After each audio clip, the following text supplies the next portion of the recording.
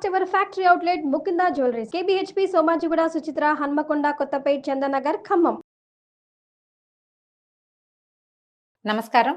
కార్తీక పురాణం 3వ రోజు పారాయణలోకి వచ్చాం. వశిష్ఠ మహర్షి జనక రాజర్షికి ఏం చెప్తున్నారో చూద్దాం. కార్తీక మాసంలో స్నానము, దానము, జపము మొదలైన పుణ్యాల్లో ఏదైనా స్వల్పంగా కొద్దిగా నామమాత్రంగా చేసినా కూడా ఆ స్వల్పమైనదే అనంత ఫలప్రదం అవుతుంది. స్త్రీలు కానీ పురుషులు కానీ అస్థిరమైన శరీరాన్ని నమ్ముకొని శరీర కష్టానికి భయపడి కార్తీక వ్రతాన్ని చేయని ఎడల, అంటే ఒకవేళ ఇది కష్టము, పొద్దున్నే ఎవరు లేస్తారు, స్నానం ఎవరు చేస్తారు, ఈ పనులు ముందు చేసేస్తే, అంటే స్నానం ముందు చేసేస్తే చాలా పనులు అవ్వవు, ఇలాంటి శంకలు ఎక్కువగా ఉంటాయి. ఇల్లు ఉడవాలి, వాకిలు ఉడవాలి, వాకిట్లో ముగ్గేయాలి, కళ్ళాపు జల్లాలి, ఇవన్నీ బోల్డ్ వ్యవహారాలు ఉంటాయి. ఇవన్నీ తెముల్చుకున్నాక మనం చేసేసరికి ఏమవుతుంది, ఎండెక్కిపోతుంది. స్నానమే ముందు చేయాలి, తర్వాత మిగిలిన వ్యవహారాలు చేసుకుని ఒకవేళ ఏదైనా ఇబ్బందిగా ఉంటే మళ్ళీ స్నానం చెయ్యొచ్చు.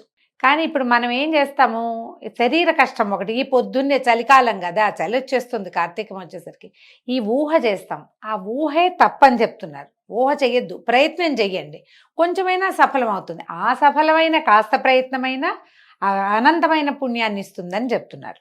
ఒకవేళ ఇలా శరీర కష్టానికి భయపడి కార్తీక వ్రతాన్ని చేయకపోతే 100 మారులు కుక్కగా జన్మించవలసి వస్తుందట. తర్వాత కార్తీక పౌర్ణమి రోజున స్నానము, దానము, ఉపవాసము వంటివేవీ చేయని మనుష్యుడు 1,000,000 మారులు చండాలుడై జన్మించును. అట్లు చండాలుడై పుట్టి చివరికి బ్రహ్మరాక్షసుడై ఉండును.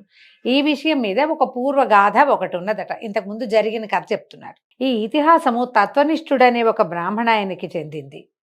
ఆయన ఏంటి, ఆంధ్రదేశంలో తత్వనిష్ఠుడనే పేరున్నటువంటి బ్రాహ్మణుడు ఉండేవాడట. ఆయన సమస్త శాస్త్రాలు చదివినవాడు, అబద్ధం అస్సలు ఆడేవాడు కాదు. ఇంద్రియాలని జయించి ఉన్నాడు. అంటే చలి, ఆకలి ధోరణి లేదనమాట ఆయనకి. సమస్త ప్రాణులందు దయగలిగిన వాడు. దాంతో పాటుగా ఆయనకి తీర్థయాత్రలు అంటే చాలా ఆసక్తి అట. అయితే ఈ బ్రాహ్మణుడు ఒకసారి తీర్థయాత్రకు వెళ్తూ గోదావరి తీరంలో ఆకాశాన్ని అంటినట్టుగా ఉన్నటువంటి ఒక మర్రి చెట్టు మీదున్న 3 బ్రహ్మరాక్షసుల్ని చూశాడట. ఈ బ్రహ్మరాక్షసులకి తల వెంట్రుకలు పైకి నిక్కపొడుచుకుని ఉన్నాయి, నోరు వికటంగా ఉంది, శరీరం నల్లగా ఉంది, ఉదరము కృషించిపోయి ఉంది, నేత్రాలు, గడ్డము, ముఖము ఎర్రగా ఉన్నాయట, దంతాలు పొడుగ్గా ఉన్నాయి, చేతుల్లో కత్తులున్నాయి, కపాలము పైన ఉండి వీటికి సర్వజంతువుల్ని కపాలాలు పైన అంటే ఈ నెత్తి మీద పెట్టుకున్నటువంటి కిరీటాలలో కపాలాలు ఉన్నాయట. వాళ్ళకి సర్వజంతువుల్ని భయపెట్టేలాంటి విపరీతమైన ఒక స్వరూపాన్ని కలిగి ఉన్నారు వాళ్ళు. ఈ రాక్షసుల భయం చేత ఈ వటవృక్షానికి, అంటే ఈ మర్రి చెట్టుకి 6 క్రోశాల దూరం లోపల మనుషులు కానీ, మృగాలు కానీ, కనీసం పక్షులు కూడా సంచరించట్లేదు. ఈ వటవృక్ష సమీపంలో నిత్యము పర్వత సమాన శరీరులు, భయంకరంగా ఉన్నటువంటి శబ్దాలతోటి వీళ్ళిద్దరూ, పశువులు, మృగాలు, పక్షులు అన్నీ కూడా తమలో తను ప్రాణాలకి భయపడేలాంటి విపరీతమైన శబ్దాలు చేసేవాళ్ళు. వాళ్ళ అరుపులు, గాండ్రింపులు, ఘూర్నింపులు, జంతువులు కూడా దగ్గరకు వచ్చేవి కాదు. ఆ దారిన పైన ఆకాశంలో ఎగరటానికి కూడా పక్షులు భయపడేలాంటి ఒక వాతావరణాన్ని, ఒక భయానకమైన పరిస్థితిని అక్కడ కలిగించి ఉంచారు. అయితే ఈయన కొంచెం చీకటి మాటన వెళ్ళి, ఇది ఇక్కడ ఏదో చెట్టు ఉందని, ఇక దీని మీద ఎవరైనా ఉన్నారని అలాంటి ఆలోచన ఆయనకేం లేదు. ఆయన దారిన ఆయన వెళ్తున్నాడు. అయితే ఈయన దైవవశం చేత ఆ దారిన వెళ్తూ ఈ మర్రి చెట్టు మీద ఉన్న 3 చూశాడట.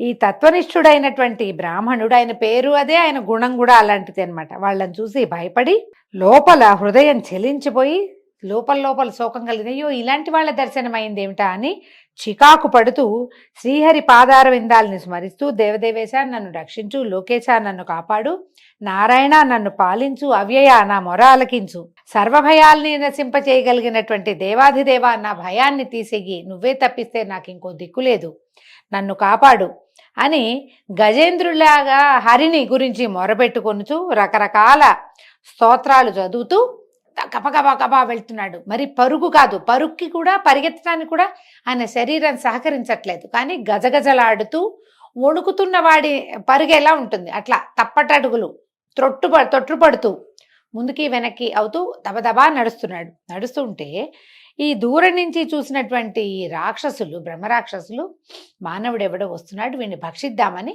ఆయన వెనకాల పడ్డాడు. పడేసరికల్లా ఈ ముందంతా వాళ్ళకి మనిషిగా తెలిసాడు, కానీ ఆయన బ్రాహ్మణుడని అంటే వేషభూషాలు తెలుస్తూ ఉంటాయి కదా. రెండోది ఆయన ఏవో స్తోత్రాలు చదువుతున్నాడు, అవి ముందు వినపడలా వాళ్ళకి.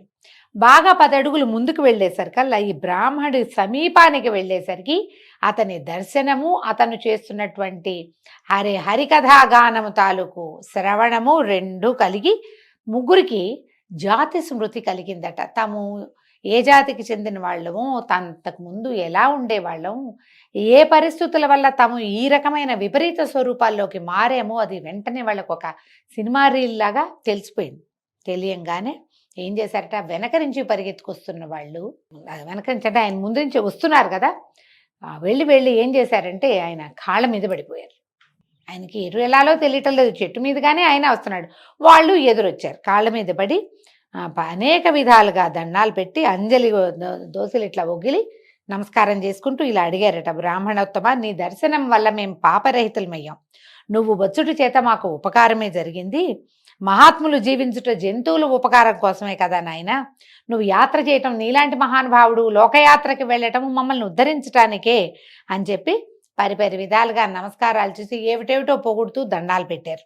బ్రాహ్మణుడు ఎప్పుడైతే నువ్వు మహానుభావుడివి, నువ్వు లోకయాత్ర చేయటం మాకు ఉపయోగం అయింది అని ఒక మృదువైన సంభాషణ, అంటే చాతుర్యభరితమైన సంభాషణను వినేసరికి ఆయనకి భయం పోయింది. రాక్షసులంటే ఏదో మూర్ఖంగా గందరగోళంగా ఉండాలి, ఇప్పుడు వీళ్ళు మూర్ఖంగా లేరు. ఆకార వికారాలు అలాగే ఉన్నప్పటికీ మాటలు మాత్రం మర్యాదపూర్వకమైన, కృతజ్ఞతాపూర్వకము, ప్రేమపూర్వకమైన సంభాషణను విని ఆయన కొంచెం భయం తగ్గించుకున్నాడు. కొద్దిగా శాంత చిత్తుడై ఇలా అడిగాడు, బాబు మీరెవరినైనా, ఏ కర్మ చేత ఇలాంటి వికృత దర్శనాలని పొందారు? మీరు లోకనిందితమైన ఏ కర్మని మీరు పూర్వంలో చేశారు?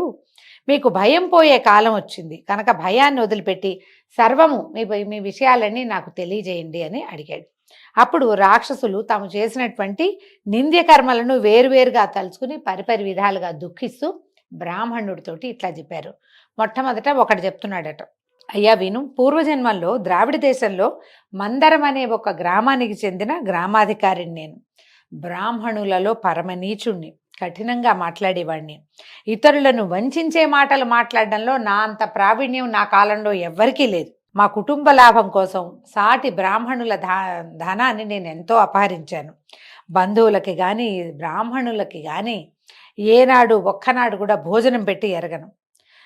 స్నేహం చేత కూడా, అంటే మంచి మాటలు చెప్పి కూడా మోసం చేసి బ్రాహ్మణుల సొమ్ము అపహరించడం వల్ల నా కుటుంబంలో నాశనం వచ్చేసింది, మా సంసారం నాశనం అయిపోయింది. అంటే ఇప్పుడు చూడండి, దొంగతనంగా బ్రాహ్మణుల ధనం అపహరిస్తే సూర్యచంద్ర నక్షత్రాలు ఉండే పర్యంతం వరకు వాళ్ళ కుటుంబాలు నశించిపోతాయి. బ్రాహ్మణ ద్రవ్యం చాలా తప్పు.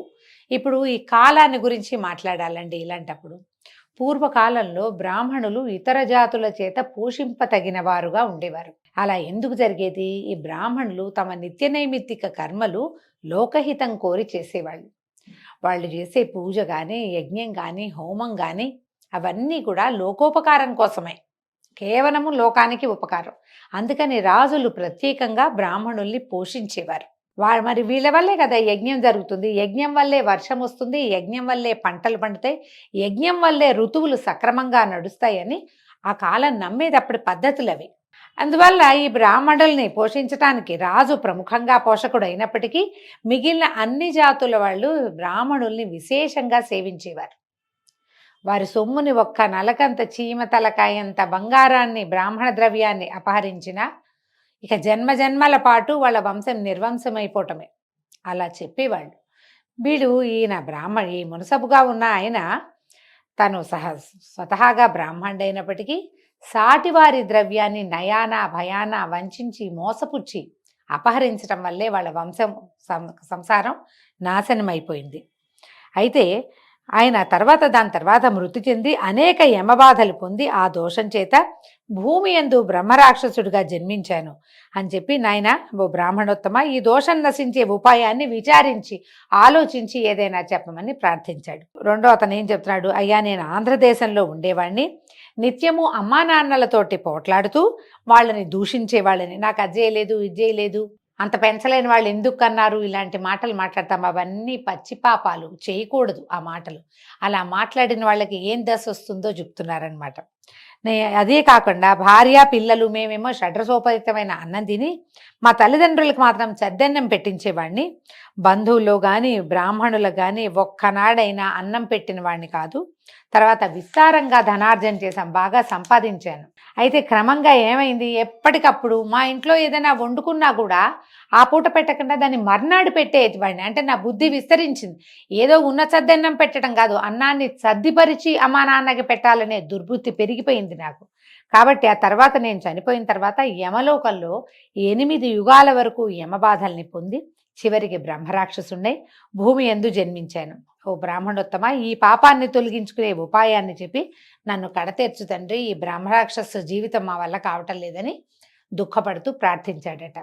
తర్వాత అప్పుడు మూడో వాడు చెప్తున్నాడు. ఈయనేం చెప్తున్నాడు, నేను కూడా ఆంధ్రదేశ నివాసినే, బ్రాహ్మణుణ్ణి, విష్ణువాలయంలో స్వామికి అర్చకుడుగా ఉండి, కానీ అర్చకుడుగా ఉండి కూడా నేను స్నానం సంధ్యావందనాదుల్ని విడిచి స్వామి పూజని వదిలి విష్ణువాలయమందు స్వామికి అర్చకుడుగా ఉండి కూడా, అంటే ఏవో కొన్ని పూజలు చేసేవాడు, అన్నీ చేసేవాడు కాదు, కఠినుడుగా దయాశూన్యుడుగా మెలుగుతూ ఈ దేవాలయంలో భక్తులు వెలిగించే దీపాల్లోని నెయ్యిని నూనెని దొంగిలించి వేశ్యాగృహాల్లో దీపాలు పెట్టించి ఆ నేతినేమో నూనెతోటేమో వేశ్యాగృహంలో దీపాలు పెట్టించి నేతినేమో తను వెళ్ళినటువంటి జారాంగనకి ఆ అనుభవానికి మీరు తినడానికో ఒంటికి రాసుకోవడానికో ఇచ్చేసేవాడు అనమాట.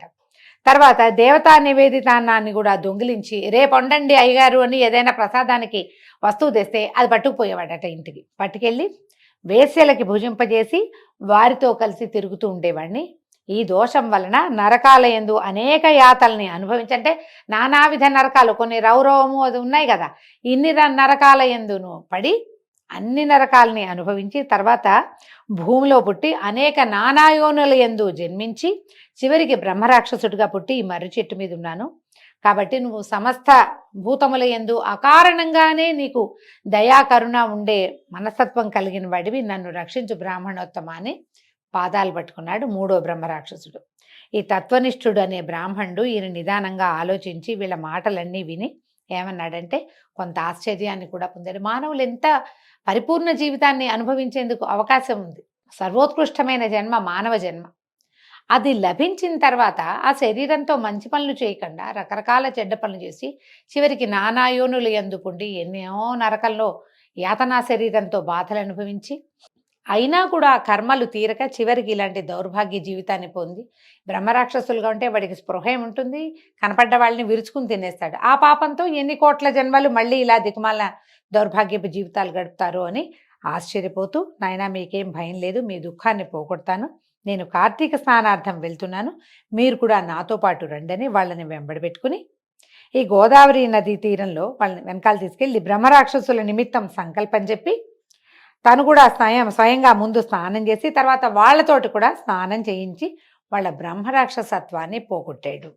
ఆ తర్వాత ఇంకా ఏం చేశాడట, ఈ సంకల్పం ఎట్లా చెప్పాడు, తను ఆ పూట చేసినటువంటి కార్తీక స్నానం అనేది కార్తీక మాసంలో అవటం వల్ల తన స్నాన ఫలితాన్ని సమంత్రకంగా ఈ ముగ్గురు బ్రహ్మరాక్షసులకి ధారపోసాడు. వాళ్ళతో స్నానము చేయించి, స్నానం చేయకుండా దానం ఎట్లా తీసుకుంటారు, అందుకని ముందు మంత్రంతో వాళ్ళకి స్నానం చేయించి కార్తీకంలో స్నానం చేసిన ఫలితం బ్రహ్మరాక్షసులకి ఎలాగూ లభిస్తుంది, తన స్నాన ఫలితాన్ని వీళ్ళ ముగ్గురికి ధారపోసాడు. దాంతో వీళ్ళ ముగ్గురు దోష విముక్తులై దివ్య రూపాల్ని ధరించి వైకుంఠధామానికి వెడలిపోయారట.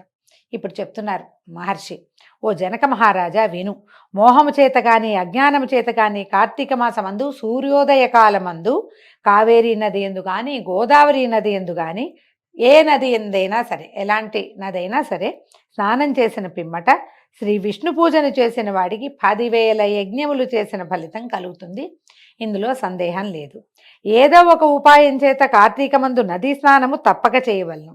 కార్తీక మాసమునందు దామోదర ప్రీతిగా సంకల్పం చెప్పుకుని ప్రాతస్నానము చేయని వాడు 10 జన్మల యందు నానా రకాలుగాను జన్మించి, అంటే నీచ జన్మలు పొంది తర్వాత ఊరపందిగా జన్మిస్తాడు. కావున స్త్రీలు కానీ పురుషులు కానీ కార్తీక మాసమందు ప్రాతస్నానము తప్పక చేయవలను. ఈ విషయమై ఏ మీమాంస లేదు, స్నానానికి అమెండ్మెంట్లు లేవు, స్నానం మాత్రం నియమంగా చేయవలసిందే. దీంతో ఈ రోజున 3వ రోజు పారాయణ పూర్తయిందండి. రేపు ఉదయం 4వ రోజు పారాయణతో మళ్ళీ కలుసుకుందాం. నమస్కారం.